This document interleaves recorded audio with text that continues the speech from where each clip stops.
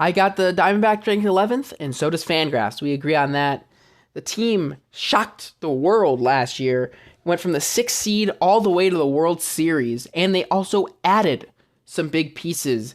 They added a guy by the name of Eduardo Rodriguez, who is on the back end of his career for sure, but was really solid a year ago. They brought back Lourdes Gurriel Jr., they didn't lose him. They added Jock Peterson, a really good platoon left-handed bat who can hit righties really well. They brought in Randall Grichuk. They brought in Tucker Barnhart, who could be a backup catcher potentially. They lost Tommy Pham, who they traded for at the deadline, but they replaced him with Peterson and Randall Grichuk. They lose Evan Longoria, who is a veteran. And they also traded for Eugenio Suarez to replace the Evan Longoria loss. And nothing else really big happened this offseason. They kind of were like, let's keep a lot of our main guys and see where it goes and try to add a couple pieces. The rotation is really good. They got Zach Gallen, Merrill Kelly, Eduardo Rodriguez. Those are the big three. Brandon Pfaadt was really good in the playoffs, and Ryan Nelson is the expected 5th starter. I don't know if he's actually going to end up with the 5 spot. It might end up being somebody else. We'll see.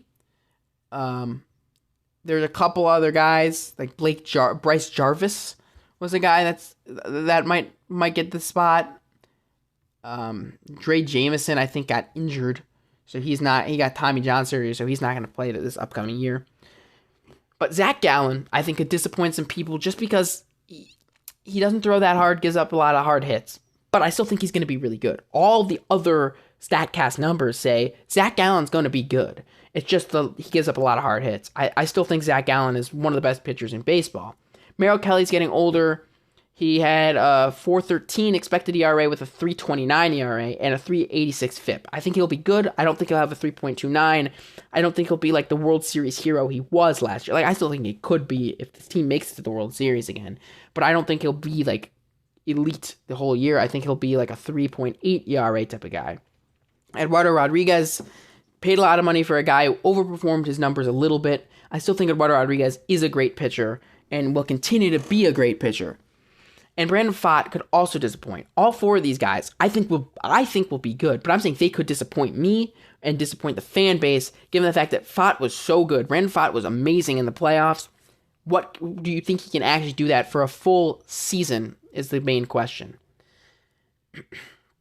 Bullpen was really good in the playoffs. Paul Sewald's a beast. He's going to be the closer. Kevin Ginkel was amazing in the playoffs. Miguel Castro, yeah, he gave up the walk-off homer, but it's fine.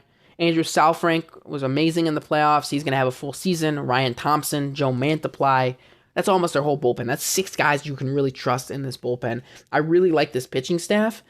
Like, yeah, I said, hey, a lot of guys can disappoint you, but I really do like this pitching staff, and I'm assuming they might add something in the rotation because Ryan Nelson is not an amazing number 5 starter. At catcher, you got Gabriel Moreno, who was the Gold Glover last year at catcher, and he deserved it. He's an amazing defensive catcher, was solid on the offensive side of the ball. I think he doesn't hit the ball too hard, and I think he's an amazing catcher to have. Great defense, solid offense with Tucker Barnhart, a good defender, as the backup. At first base, you got Christian Walker, an amazing power bat, who's hit 30-plus homers a few years in a row. Fangraph says he's going to hit 27. I believe Christian Walker is amazing, and he will continue to be amazing. Second base, Ketel Marte is really good. He's been good before. He's consistently been good.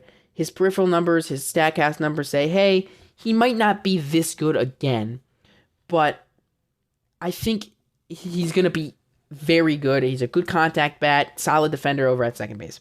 At third base, you bring in Eugenio Suarez, an amazing power bat. He's on the downturn of his career, but he's going to an offense. He's going from Seattle, which is a pitcher-friendly park, to Arizona, which has been a pitcher-friendly park the last few years. But he's got a really good offense surrounding him. He's a big premier power. He's got a lot of raw in-game power. It's just about, can he cut down on the strikeouts? Probably not.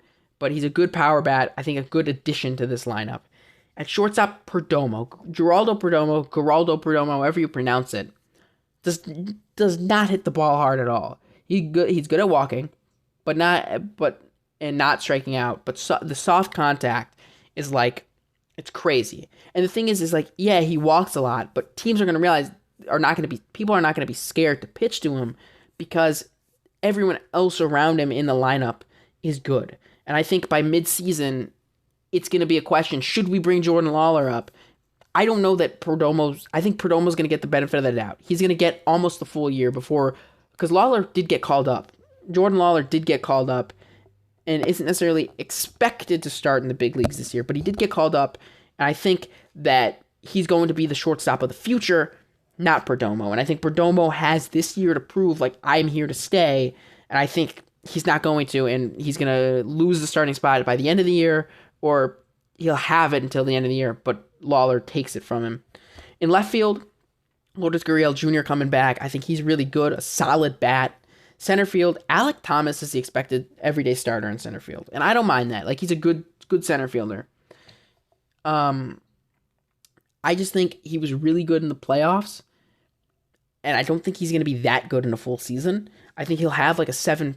I think he overall, like, he had a really good playoffs, and I think he's going to be good, but not elite like he seemed to be in the playoffs. And Corbin Carroll, MVP candidate a year ago, Rookie of the Year winner, huge contract that was really well worth it for Arizona.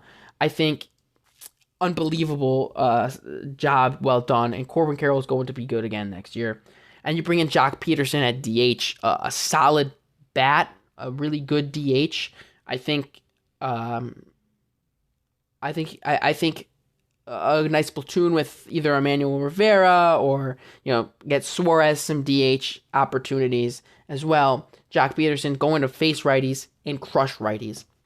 Overall, I think this team did improve in the offseason, adding Eduardo Rodriguez, adding Jock Peterson to the lineup, and trading for Eugenio Suarez, a team that won 84 games a year ago. I think is going to win 2 more, 86 and 76. My over-under was 85. Vegas says 84.5. I would say bet over on the 84.5 for the Arizona Diamondbacks.